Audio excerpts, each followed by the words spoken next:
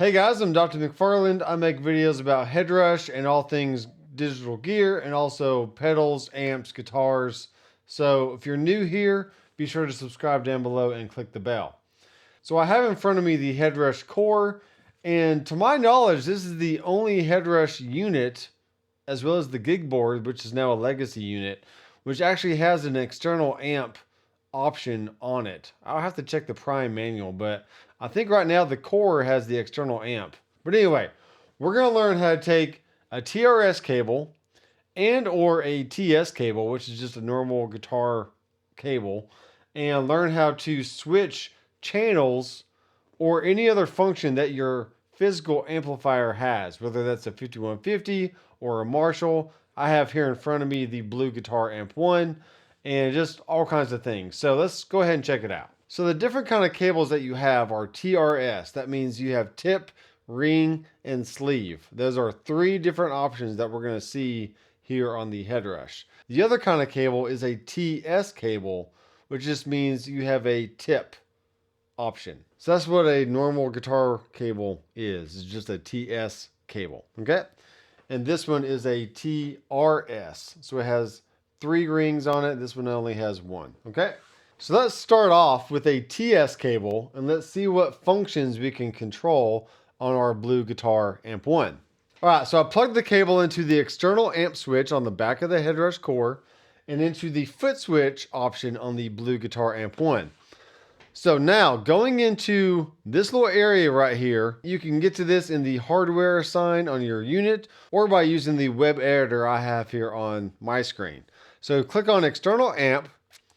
You can see we either have none, tip, ring, both, or back to none again, okay? So if I put it on tip, we can see that this is actually controlling the amp channel. If I put it on ring, it shouldn't do anything because this cable doesn't have a ring, okay?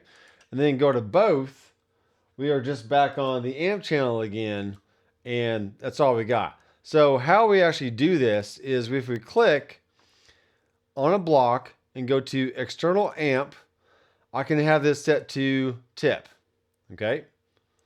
So now if I click this on and off, you can see I'm actually changing the channel on the amplifier, which is pretty cool. But if I go back and do external amp and choose ring, this is not going to do anything. Okay, I'm just staying on the same channel I have been, but if I go back to the other one, now I'm actually switching channels on the amp. So that's what a TS cable can do. And depending on what amplifier you have, which don't ask me what to do because I don't know what amplifier you have, and I'm just going to tell you, go read the manual. So whatever amp you have in your possession, it has a manual. Read it and figure out what kind of cable you need to switch your channels or whatever functions you have on there. Okay, just please go read the manual. So that's a TS cable. So let's unplug that. And now we have a very long TRS cable, which I made many years ago. This has a pancake end and this one has a regular straight plug, but it's fine. So back on the Blue Guitar Amp 1, I'm plugging that end to the foot switch. I'm plugging the other end to our external amp input. And now we can actually do a few different things. Let's re-click on this. So I have this one set to tip, okay? We're still switching our amp channels. So even though it's a TRS cable, I'm only accessing the tip part of it via that switch. Now on the ring, you can see I can bring in and out the boost on this certain amplifier, okay? Depending on whatever amp you have, you're going to be able to control certain things if it has those functions that use the ring part of the cable. And now let's click one more and let's add both on here. And let's just see what happens, okay? So now I have this set to both, and I'm actually changing the channel and turning on and off the boost, which It's kind of crazy. I don't know why you'd want to do that, but you know, it is what it is. So maybe, just maybe, for instance, I have the clean channel selected. Then when I hit the both switch, it actually goes to the drive channel and turns on my boost, which is fine. Now, if I turn the boost off on the Blue Guitar Amp 1 and now hit the both switch again, okay, we're really back to where we were. So I really didn't do anything.